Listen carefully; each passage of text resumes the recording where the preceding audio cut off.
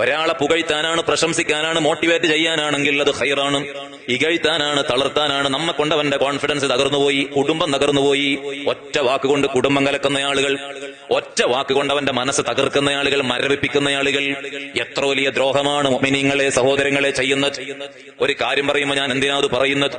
ഞാനത് പറയുന്നത് ആർക്ക് വേണ്ടിയാ? അള്ളാഹ്ക്ക് വേണ്ടിയാണോ പറയുന്നത്? എന്തിനാ പറയുന്നത്? എന്താ പറയുന്നത്? എപ്പോഴാ പറയുന്നത്? ആരോടാ പറയുന്നത്?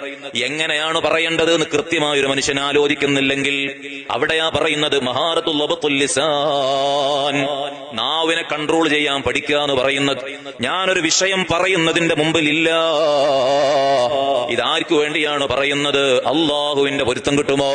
അവനെ ഇകഴ്ത്താനാണോ പുകഴ്ത്താനാണോ ഞാൻ ഈ വാക്കുകൊണ്ട് എന്റെ നാവിൽ നിന്നങ്ങ് എറിഞ്ഞ് പിടിപ്പിക്കുമ്പോ?